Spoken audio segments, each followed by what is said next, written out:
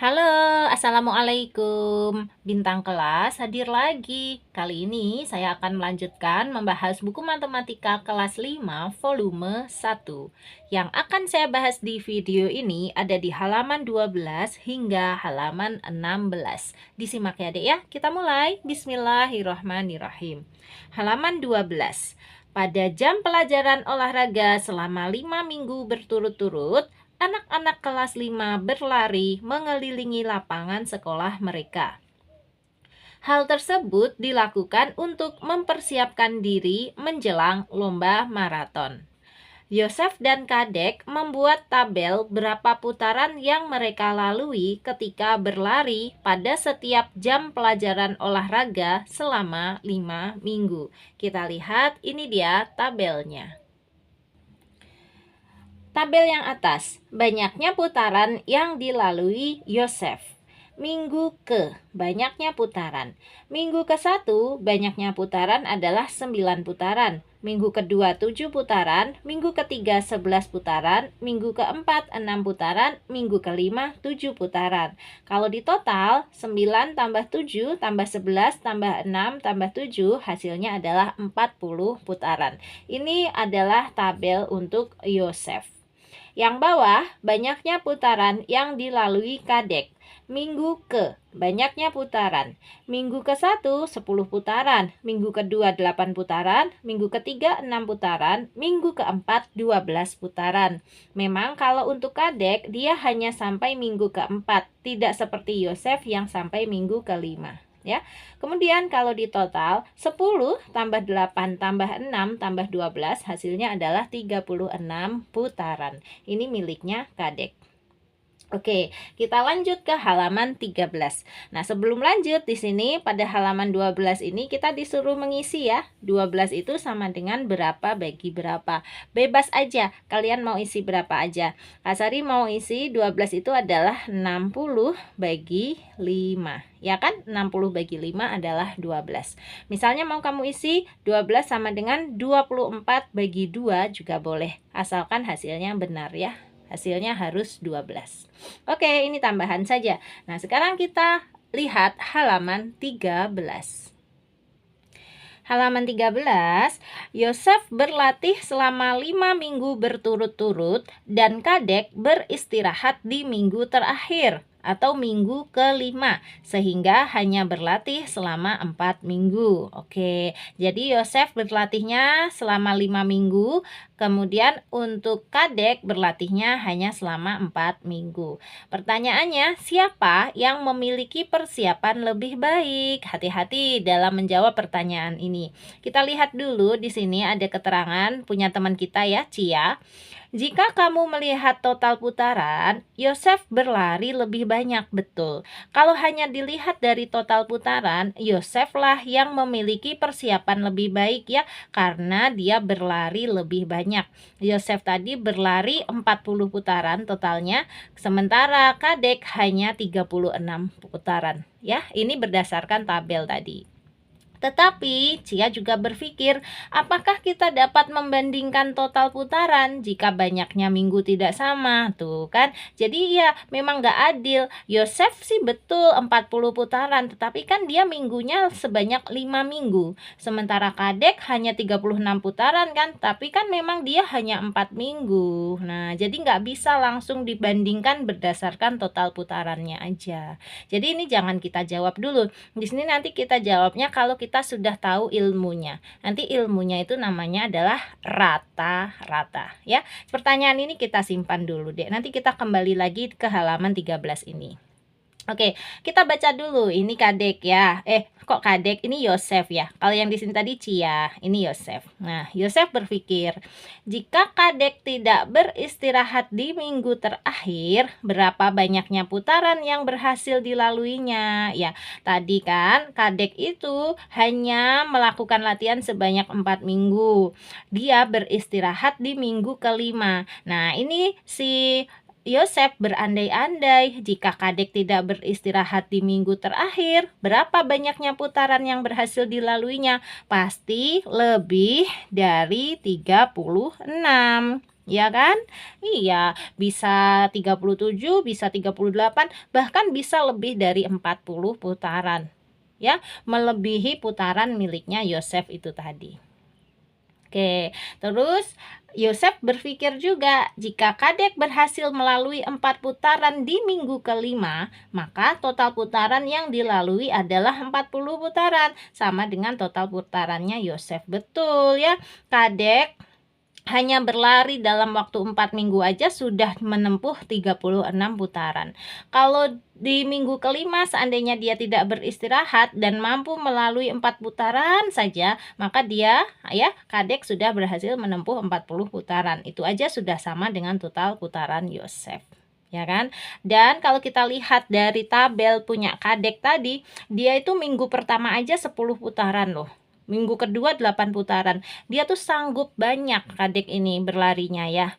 Nah, pastilah di minggu kelima kita bisa menebak kurang lebih katakanlah misalnya 10 putaran juga di minggu kelima. Kalau 10 putaran ya 36 tambah 10, 46 putaran. Jadi sudah pasti melebihi Yosef. Nah, jadi kesimpulannya pertanyaan ini jangan dijawab dulu, hati-hati. Siapa yang memiliki persiapan yang lebih baik? Jangan langsung kalian jawab Yosef, jangan ya. Ini nanti jawabannya kalau kita sudah tahu ilmunya lebih lanjut, yaitu rata-rata. Ya dek ya.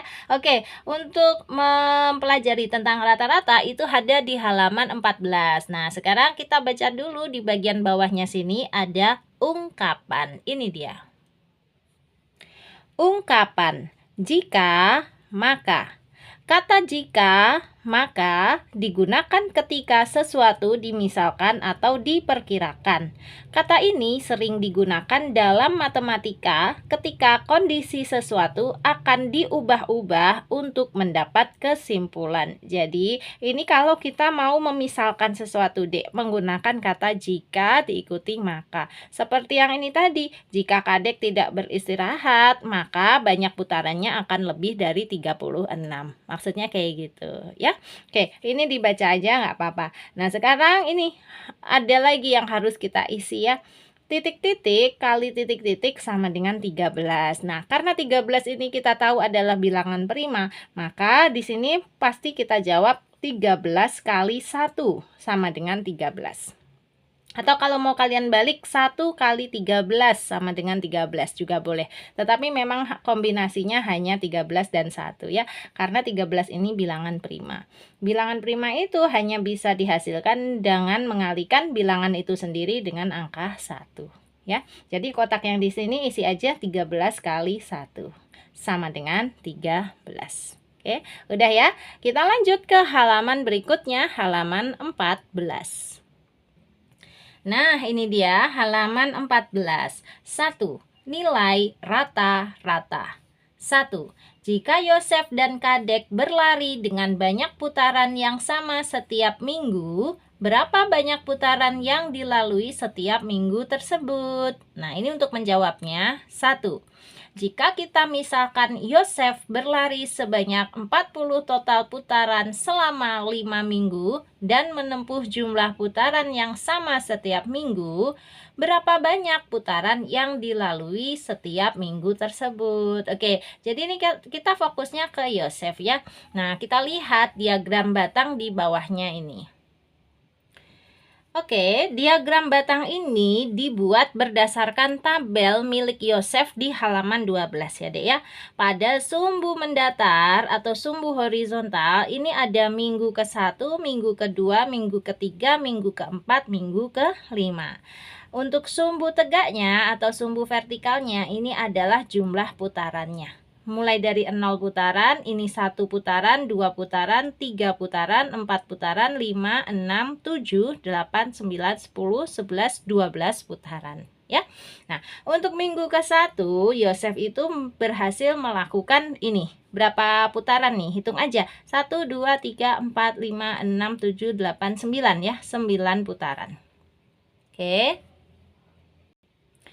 Di minggu kedua berdasarkan tabel, Yosef menyelesaikan sebanyak 7 putaran ya nih. 1, 2, 3, 4, 5, 6, 7. Kalau ditarik garis ke sini pun ini angkanya adalah angka 7 ya. Di antara angka 6 dan 8 adalah angka 7.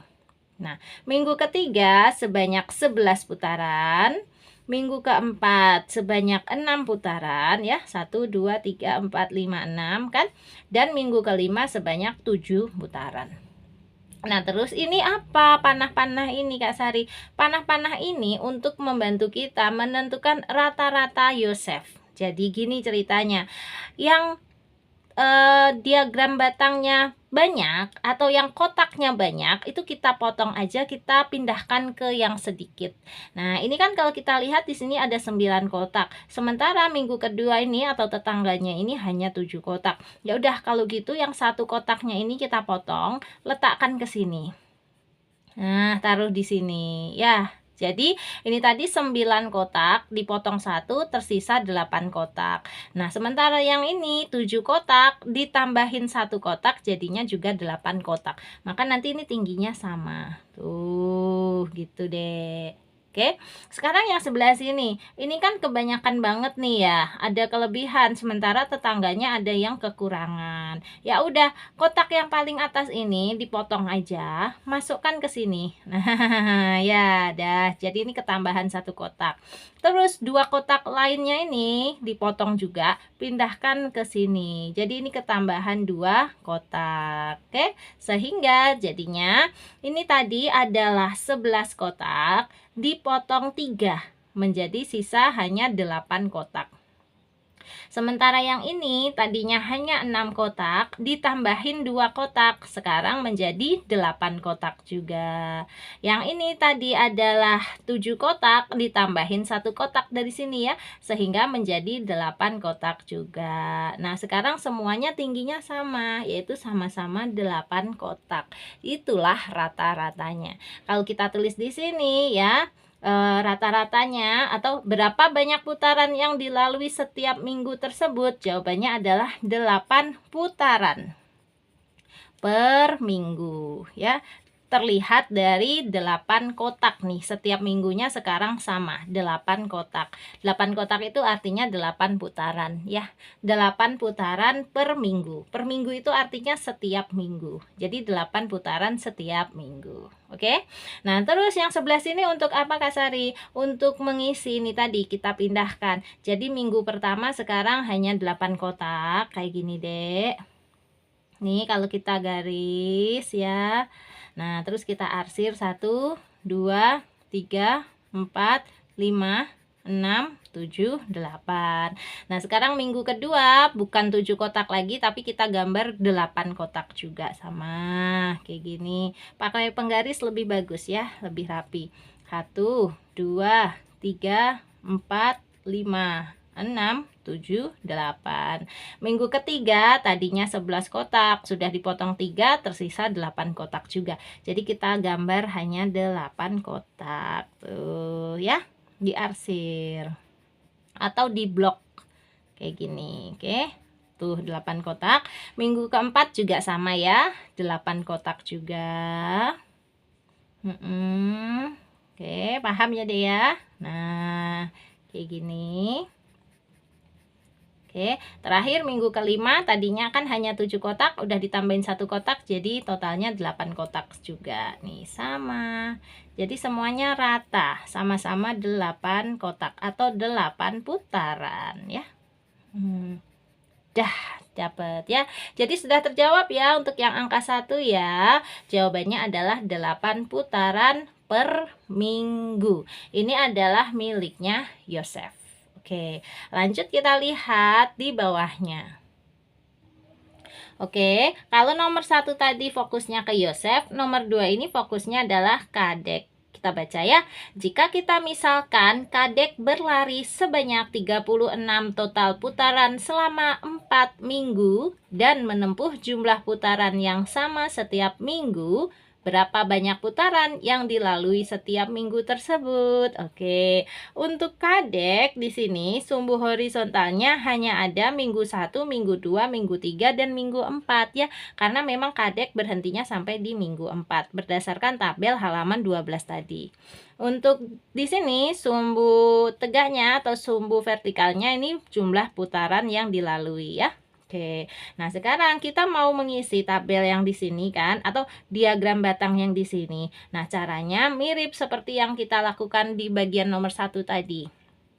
Untuk yang kelebihan-kelebihan kotaknya ini, kita potong dan kita pindahkan ke tempat yang kekurangan kotak. Motongnya gimana, Kak? Coba Kak Sari lihat. Yang ini deh. Nah, yang di sini, ini kan ada 10 kotak nih. Minggu ke-1 punyanya Kadek kan ada 10 putaran ya, diwakili dengan 10 kotak. Nah, yang satu kotaknya ini kita potong aja. Kita pindahkan ke sini. Nah, ini kita pindahkan ke sini. Jadi ini 10 putaran, dipotong 1, tersisa 9 kotak ya atau 9 putaran. Sementara minggu kedua kan hanya 8 kotak atau 8 putaran. Kita tambahin 1 dari yang sini tadi. Jadi nanti sama-sama berapa putaran? 9 putaran. Tuh ya. Terus yang sebelah sini nih kebanyakan nih, sementara yang ini kurang. Ya udah kalau gitu ini kita potong 3. Kita potong 3 aja ya. 3 kotak ini kita potong. Kita pindahkan ke sebelah sini. 3 kotak juga. Lihat nih, 1 kotak kan, 2 kotak, 3 kotak ya. Jadi 3 kotak yang sebelah sini dipotong, dipindahkan ke sini. Udah deh, sehingga semuanya rata, yaitu sama-sama 9 kotak atau 9 putaran. Nah, sekarang menggambar ke sininya, minggu 1 9 kotak ya, minggu kedua 9 kotak, minggu ketiga, minggu keempat juga sama, 9 kotak semua. Kayak gini. Ini kalau kamu pakai penggaris boleh banget ya. Nah, ini 9 ya. Tuh 2, 3, 4, 5, 6, 7, 8, 9. Terus setiap kotaknya diarsir. Jadi. Oke. Minggu kedua juga sama. Bikin arsiran 9 kotak. 1, 2, 3, 4, 5, 6, 7, 8, 9. Minggu ketiga juga sama ya, 9 kotak atau 9 putaran dalam hal ini. 1, 2, 3, 4, 5, 6, 7, 8, 9. Terakhir nih, minggu keempat juga sama. Nah, 1, 2, 3, 4, 5, 6, 7, 8, 9. Oke, dah ya, dapat ya. Sehingga ini kita jawab berapa banyak putaran yang dilalui setiap minggu tersebut untuk Kadek ya. Berarti berapa putaran setiap minggunya? 9 putaran per minggu. Oke, paham ya? Untuk Yosef tadi 8 putaran per minggu, untuk Kadek ternyata 9 putaran per minggu. Dari hal tersebut kita bisa jawab pertanyaan di bawahnya ini, yang ketiga. Ini dia yang ketiga, siapakah yang berlatih lebih banyak? Nah, karena Kadek ini 9 putaran per minggu, sementara Yosef hanya 8 putaran per minggu, berarti yang berlatih lebih banyak adalah Kadek. Jelas ya? Dan sekaligus kita bisa kembali ke halaman 13 untuk menjawab pertanyaan yang tadi deh. Ini dia. Sekarang setelah kita tahu ilmunya tentang rata-rata ya, kita siap menjawab. Pertanyaannya, siapa yang memiliki persiapan yang lebih baik? Ini tadi kan pertanyaan di halaman 13 ya, yang kita sisakan belum kita jawab. Nah, sekarang menjawabnya kayak gini deh. Nih, aku bacakan ya. Jika dilihat dari total putarannya, maka Yosef memiliki persiapan lebih baik karena Yosef menempuh total putaran lebih banyak daripada Kadek, ya kan? Yosef tadi menempuh total putarannya sebanyak 40 putaran, sementara Kadek hanya menempuh 36 putaran. Tetapi kalau dilihat dari total putaran itu tidak baik ya. Yang lebih baik itu kalau dilihat dari rata-ratanya. Nih Kak Sari bacakan ya. Akan tetapi, jika dilihat dari rata-ratanya, maka Kadek memiliki persiapan yang lebih baik karena rata-rata Kadek lebih tinggi daripada rata-rata Yosef.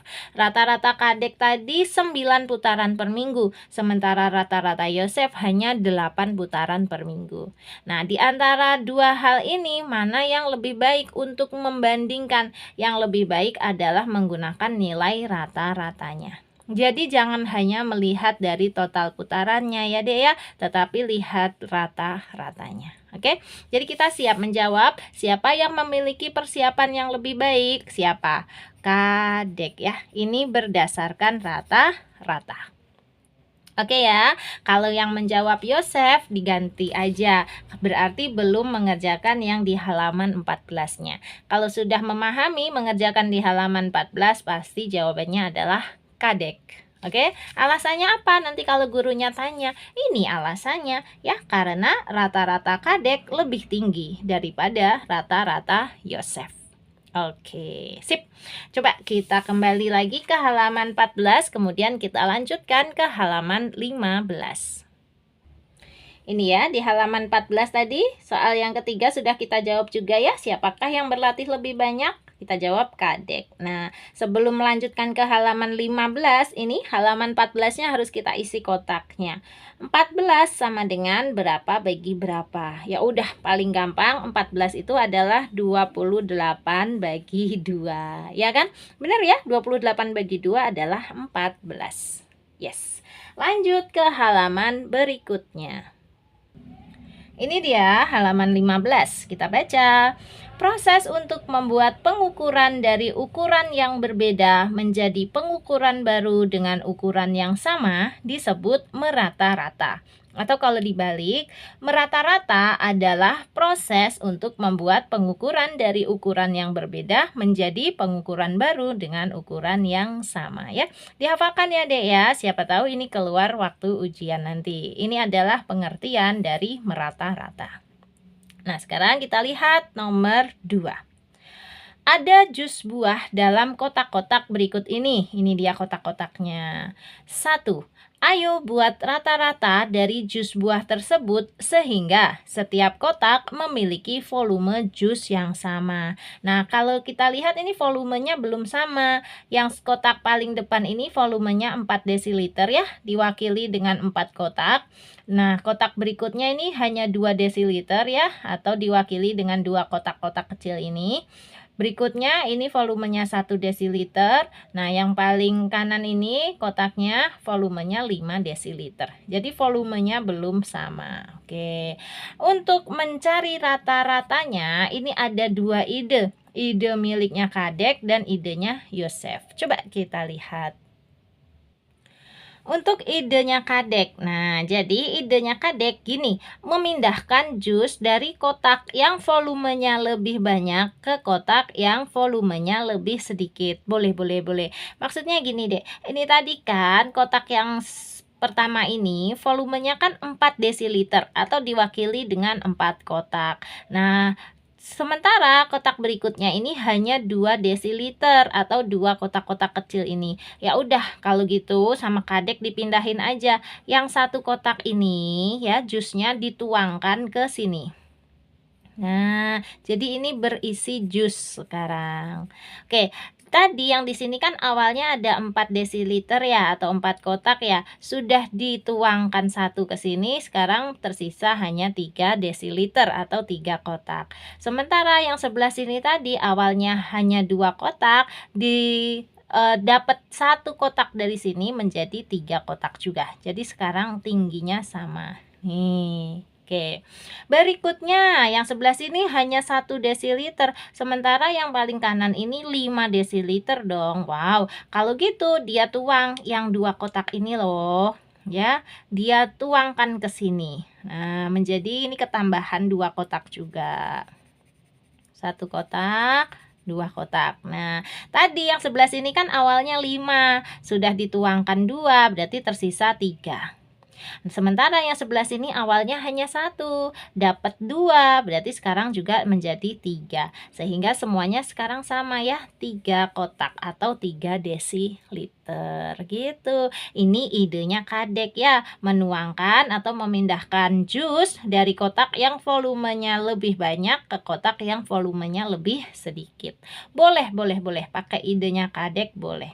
Menggunakan idenya Kadek, ketemu rata-ratanya berapa? Ini rata-ratanya itu setelah sama semuanya ini. Berapa kotak? 1, 2, 3 ya, semuanya 3 kotak. Atau karena ini tadi satuannya desiliter, berarti rata-ratanya rata-rata sama dengan 3 desiliter. Oke? Sip. Nah, sekarang kita lihat idenya Yosef.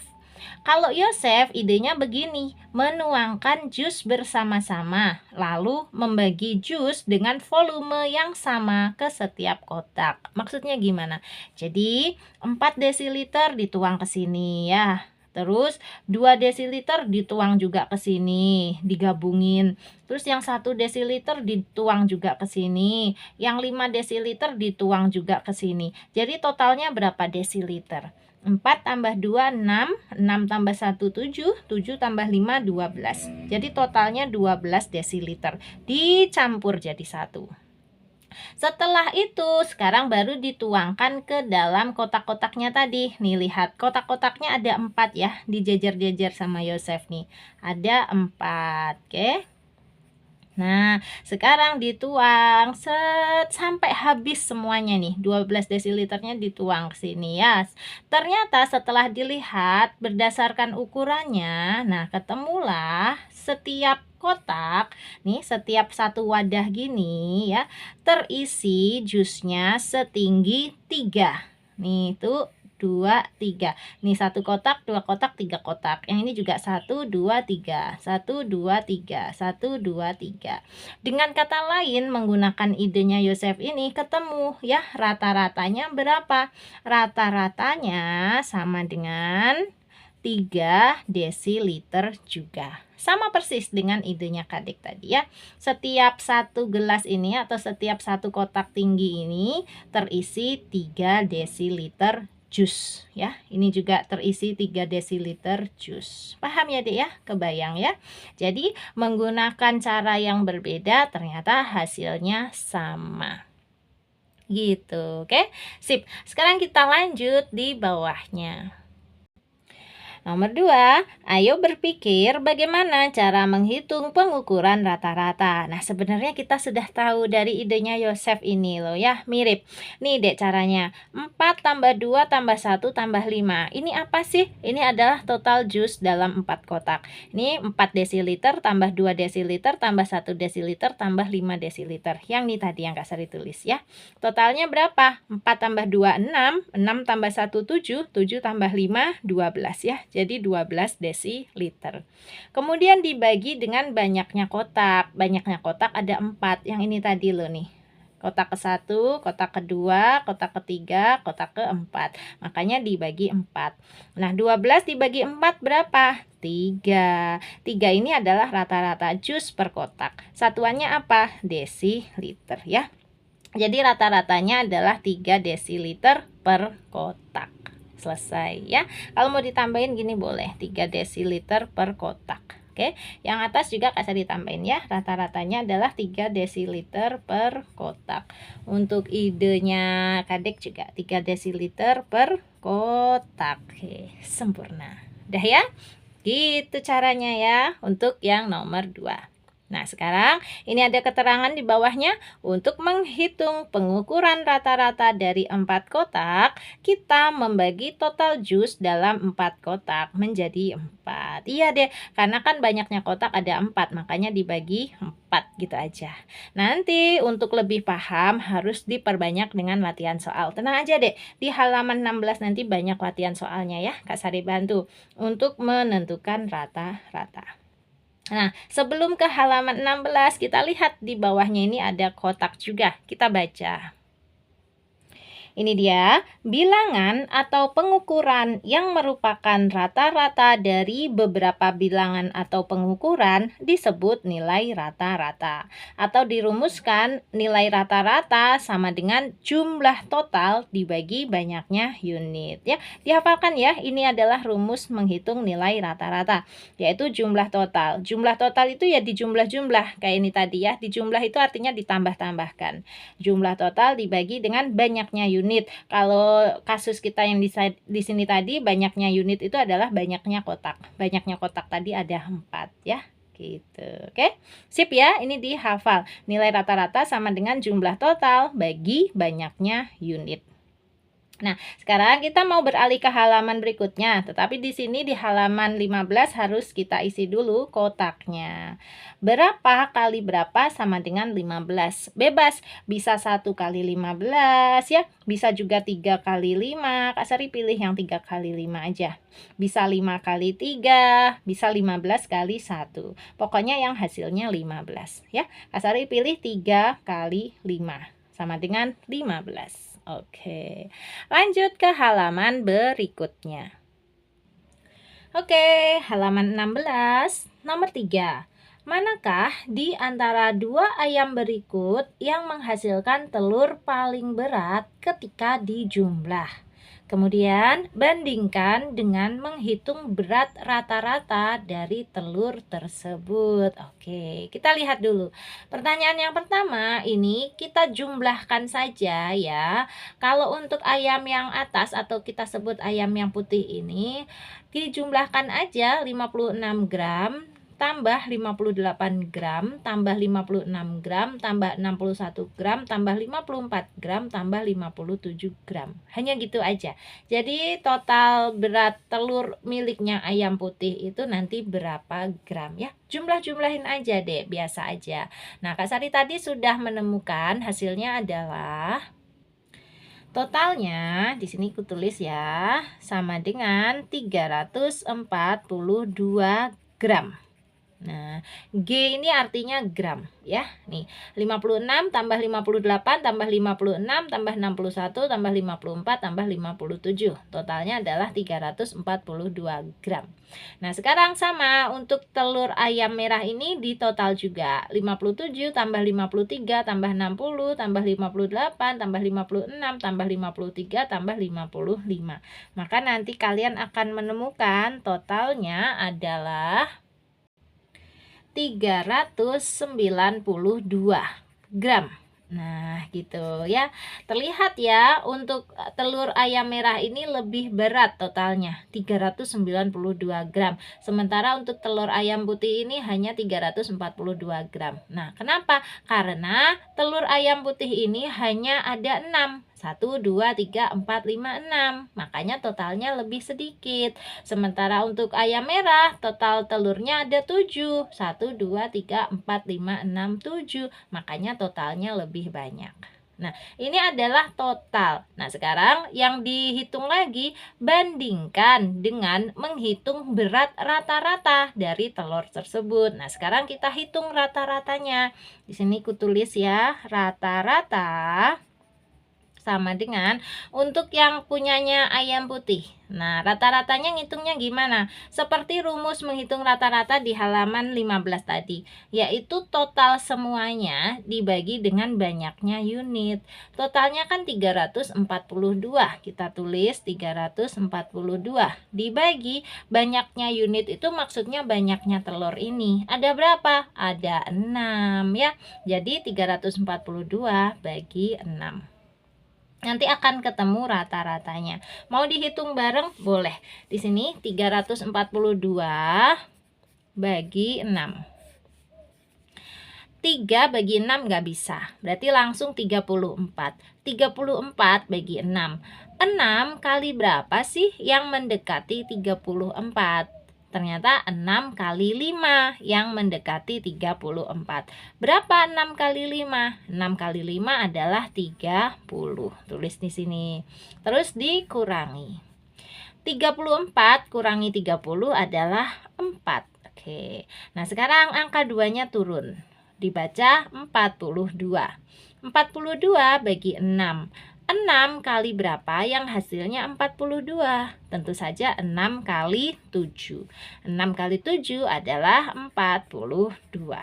Dikurang 42 kurangi 42, 0 ya. Nah, berarti 342 bagi 6 adalah 57. Kita jawab di sini. 57. Satuannya, karena di sini satuannya semuanya gram, dia juga gram ya. 57 gram per butir telur. Tambahin di sini 57 gram per butir ya, gitu ya. Jadi rata-ratanya untuk telur milik ayam putih adalah 57 gram per butir. Nah, sekarang kita hitung juga rata-rata untuk telur yang dimiliki oleh ayam merah. Oke, tadi totalnya 392 gram, tetapi ini banyak telurnya adalah 7, berarti rata-ratanya bisa dihitung kayak gini. Kita tulis rata-rata sama dengan totalnya ini, yaitu 392 dibagi banyaknya unit. Banyaknya unit ya banyaknya telur ini. Sebanyak berapa tadi telurnya? 7 ya. Tuh 2, 3, 4, 5, 6, 7. Nah, nanti akan ketemu. Mau dihitung bareng-bareng? Boleh ya. 392 bagi 7. Oke, kayak tadi 3 bagi 7 nggak bisa, berarti langsung 39. 39 bagi 7. 7 kali berapa yang paling mendekati 39? Tentu saja 7 kali 5, karena 7 kali 5 adalah 35. Oke, dikurangi 39 kurangi 35 adalah 4. Nah, sekarang 2-nya turun, dibaca 42. 42 bagi 7. 7 kali berapa yang hasilnya 42? Tentu saja 7 kali 6 ya, yang hasilnya 42. Dikurangi 42 kurangi 42 habis atau 0. Sehingga diperoleh 392 bagi 7 adalah 56. Kita tulis di sini 56. Satuannya gram per butir. Nah, oke. Sudah sekarang terlihat ya, kalau dari total memang telur ayam merah ini lebih besar nilainya, yaitu 392 gram. Sementara telur ayam putih hanya 342 gram. Tetapi setelah dihitung rata-ratanya, ternyata rata-rata milik telur ayam putih lah yang lebih besar, yaitu 57 gram per butir. Sementara rata-rata telur ayam merah hanya 56 gram per butir. Paham ya bedanya ya antara total dengan rata-rata. Jadi kalau membandingkan itu jangan hanya melihat dari total beratnya saja, tetapi lihat juga nilai rata-ratanya. Memang yang lebih bagus untuk membandingkan itu adalah nilai rata-rata. Oke, jadi nomor 3 sudah selesai kita jawab. Memang ada 2 soal yang harus dihitung ya untuk setiap ayam-ayamnya ini atau telur-telur ayamnya ini. Ya deh ya. Oke, di bawahnya ini ada kotaknya, kita baca juga. Ini dia kotaknya. Jika menemukan sesuatu yang tidak mungkin untuk dinyatakan dengan bilangan desimal, misalnya jumlah buku, kamu tetap dapat menghitung nilai rata-ratanya dan dapat dinyatakan dengan bilangan desimal. Maksudnya nih gimana sih? Nih, jumlah buku. Jumlah buku itu kan harus merupakan bilangan bulat ya, nggak bisa merupakan bilangan desimal. Tetapi kalau rata-rata boleh, nggak apa-apa, tetap dalam bentuk bilangan desimal. Kalau yang bilangan bulat itu contohnya kayak gini tadi nih, rata-ratanya 57, 56. Nah, 57, 56 ini kan bilangan bulat. Nanti kita akan menemukan juga yang nilai rata-ratanya itu dalam bentuk bilangan desimal, bukan bilangan bulat. Dan itu enggak salah, Dek. Tetap benar. Jadi kesimpulannya nilai rata-rata boleh dalam bentuk bilangan desimal. Nah, untuk contohnya sekaligus untuk latihan soalnya ada di nomor 4 di sini. Ini nanti ketemunya rata-ratanya dalam bilangan desimal. Coba ya, kita lihat. Ini dia. 4. Tabel di bawah ini menunjukkan jumlah buku yang dibaca oleh 5 orang siswa pada bulan Agustus. Berapa banyaknya buku rata-rata yang dibaca oleh kelima siswa tersebut? Nah, yang ditanyakan berapa banyaknya buku rata-rata. Jadi mencari rata-rata. Oke, kita lihat tabelnya. Jumlah buku yang dibaca. Nama, jumlah buku. Yosef membaca 4 buku, Kadek membaca 3 buku, Cia 0 buku, Dadang 5 buku, dan Yosef 2 buku. Nah, ini barangkali Yosef 1 dan Yosef 2 ya, namanya kebetulan sama.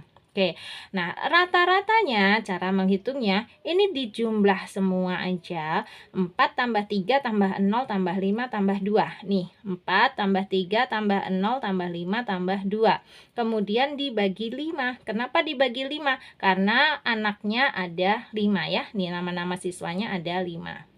Ini biar nggak rancu, ini Yosef 1, ini Yosef 2. Gitu aja ya, Dek ya. Namanya aja kebetulan sama tapi orangnya berbeda, barangkali gitu. Makanya dibagi 5.